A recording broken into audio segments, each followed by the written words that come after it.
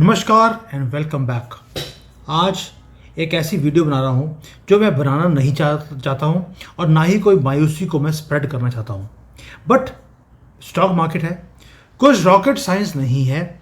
Last year भी अगर आपको याद होगा, मैंने सितंबर के पास आपको बोला था कि हमारी मार्केट गिरेगी और उसके बाद गिरनी शुरू हो गई थी। ये जो सारी चीज़ें हैं ये पता कैसे लगती हैं? मैं हमेशा बोलता हूँ कि जो मार्केट है उसमें आपको सिर्फ मनी को फॉलो करना है कि मनी कहाँ फ्लो हो रही है। आपको उसके हिसाब से पता लग जाएगा कि मार्केट गिरने वाली है या उठने वाली है। और इस बार तो सुनामी आने वाला है। जब मैं मनी को फॉलो किया तो मुझे समझ आ गया कि अब दोबारा से क्या होने वाला है। और दुनिया का सबसे बड़ा जो प्लेयर है उसका नाम है वॉरेन बफे। आपको मालूम है उसके बारे में। और उसने अभी कुछ ऐसा किया है जिससे पता लग गया कि भाई कुछ तो होने वाला है। और इसलिए बोल रहा हूँ, आप उसको फॉलो कीजिए मार्केट को, तो पता लगेगा क्या आने वाला है। अब ये जो मसीहा है वॉरेन बफे, उसने अभी कुछ ड्रामेटिक का काम किया है। $382 बिलियन कैश लेके बैठा है। उसने अपने शेयर्स को बेचना शुरू कर दिया है। कितना बोला मैंने आपको? $382 बिलियन। इतना तो पाकिस्तान की इकॉनमी नहीं है। उनकी इकॉनमी $300 बिलियन की है और ये बंदा $380 बिलियन लेके बैठा है। हाईएस्ट कैश पाइल जो उसकी कंपनी है बर्कशायर हाथवे, 60 साल से वो इन्वेस्टमेंट कर रहा है स्टॉक मार्केट में। आज तक इतना कैश उसने इकट्ठा नहीं किया। वो स्टॉक्स को बाई ही नहीं कर रहा, वो बेच रहा है। और आज ये हालत हो गई है कि पिछले 5 क्वार्टर्स में उसने शेयर खरीदा नहीं है। और ये नॉर्मल नहीं है दोस्तों, ये सिग्नल है जिसको हम इग्नोर नहीं कर सकते।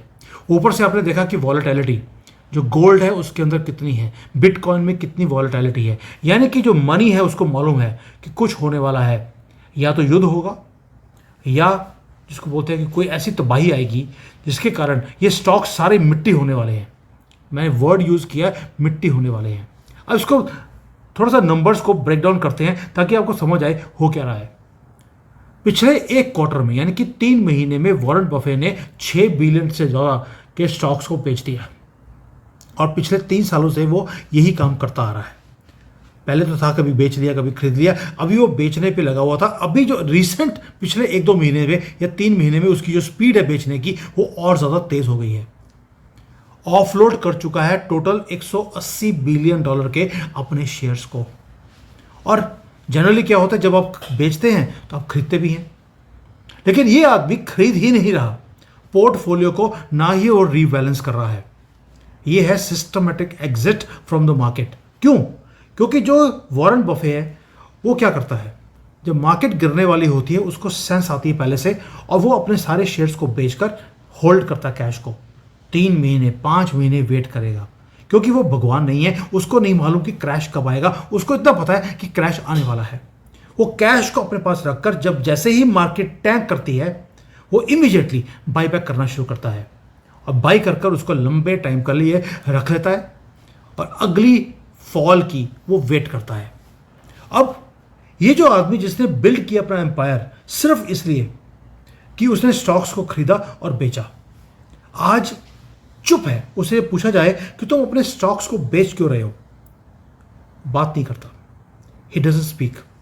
उसके जो अपने प्रॉफिट्स हैं, देखिए शेयर खरीद नहीं रहा, सिर्फ बेच रहा है और उसके प्रॉफिट्स बढ़ते जा रहे हैं।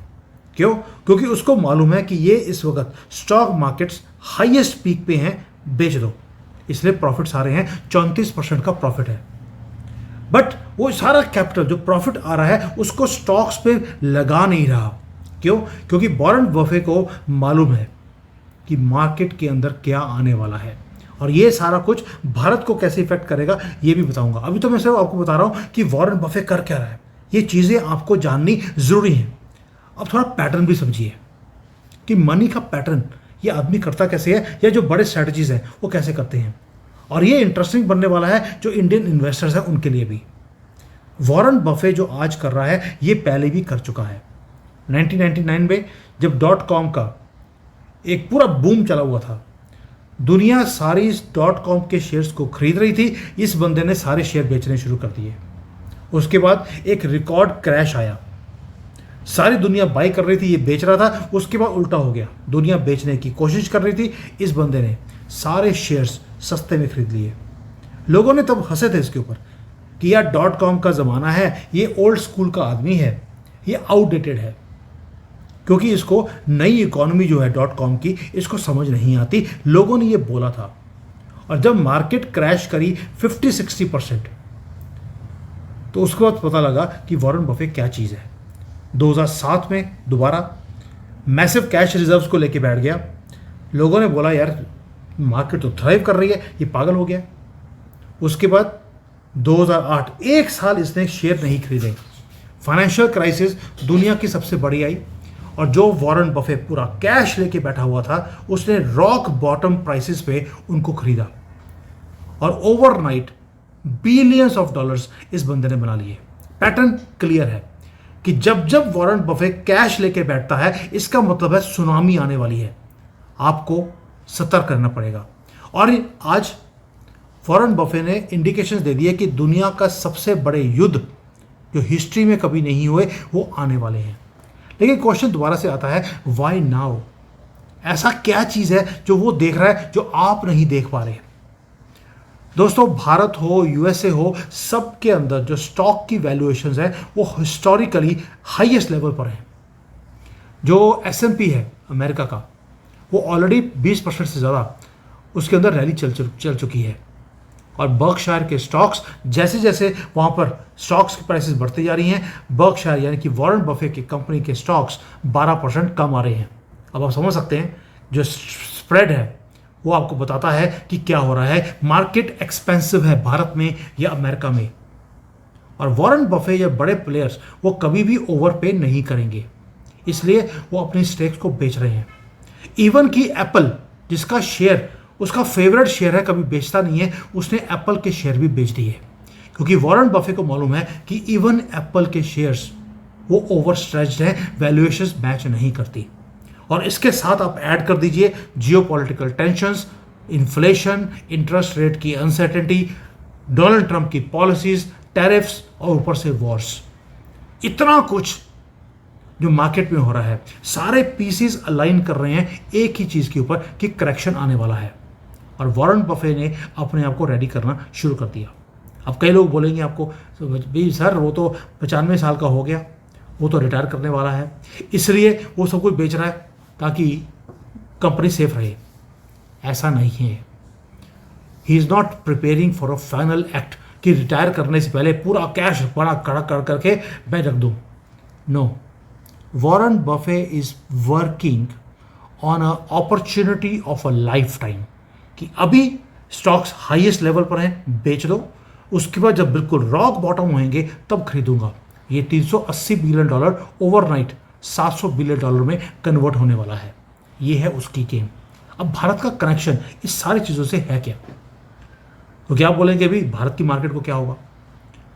दोस्तों, आपको मालूम है कि हमारा जो कंट्री है वहाँ पर भी बुल रन चल रहा है, स्टॉक्स बढ़ रहे हैं, ऑल टाइम हाइस चल रहे हैं, कभी निफ्टी ऊपर, कभी सेंसेक्स ऊपर, और रिटेल इन्वेस्टर्स अपना सारा पैसा मार्केट में लगाते जा रहे हैं। लेकिन रियलिटी क्या है? जब यूएसए की मार्केट में करेक्शन आती है तो सारे दुनिया की जो स्टॉक प्राइसेस हैं वो सारी टैंक कर जाती हैं। हम नहीं बच सकते उनके टैंक होने से। उनकी मार्केट नीचे जाएगी, हम भी नीचे जाएंगे, और जो कैपिटल का फ्लो है वो रिवर्स होना शुरू होगा। जो फॉरेन इन्वेस्टर्स हैं इमीडिएटली डॉलर खरीदना शुरू करेंगे, और ये वॉलेटिलिटी ऊपर बहुत ज़्यादा बढ़नी शुरू हो जाएगी। अब ये क्यों हो रहा है? वॉरेन बफे, या मेरी अपनी फीलिंग है, डोनाल्ड ट्रंप चाहते हैं कि जो डॉलर है उसको स्ट्रेंथन किया जाए। अगर उसको स्ट्रेंथन करना है तो कहीं ना कहीं पूरे दुनिया को प्रॉब्लम्स में क्रिएट करना पड़ेगा। यही चीज़ 2008 में हुई थी, यही 2020 में हुई थी, और आज दोबारा से वही चीज़ आपको होने की कगार पर है। अगर वॉरेन बफे ने प्रिपेयर करना शुरू कर दिया कि यूएसए की मार्केट में करेक्शन है, यानी कि भारत की मार्केट में भी करेक्शन आएगी, हमारे इन्वेस्टर्स को प्रिपेयर करना पड़ेगा। इसका मतलब ये नहीं है कि अब सारे उठा के शेयर्स आज ही बेच दो। कोई पैनिक सेलिंग करने की ज़रूरत नहीं है। इसका मतलब है आपको भी स्ट्रैटेजी बनानी पड़ेगी कि कुछ आपने स्टॉक्स में रख लिया, कुछ म्यूचुअल फंड में रख लिया, कुछ लॉन्ग टर्म, कुछ शॉर्ट टर्म और कुछ कैश रिजर्व्स आपको अपने पास रखने पड़ेंगे। कुछ प्रॉफिट्स को बुक कर लीजिए जहां पर आपको लगता है कि पोजीशन ऑलरेडी ओवर वैल्यूड है, मार्केट सेंटीमेंट नहीं है, ये सिर्फ बुल रन है। अपनी पोजीशन को ओवर वैल्यू को छोड़िए और उसके बाद जो क्वालिटी कंपनीज हैं उसके अंदर ट्रेडिंग करना शुरू करिए ताकि आपको रीजनेबल वैल्यूएशन मिल सके। जो मोमेंटम है उसको चेज मत कीजिए प्लीज़, सिर्फ फंडामेंटल्स के ऊपर अपना फोकस रखिए। कैश अपने पास रखिए थोड़ा सा स्पेयर, ताकि जब मार्केट में करेक्शन आएगा you can buy at that time.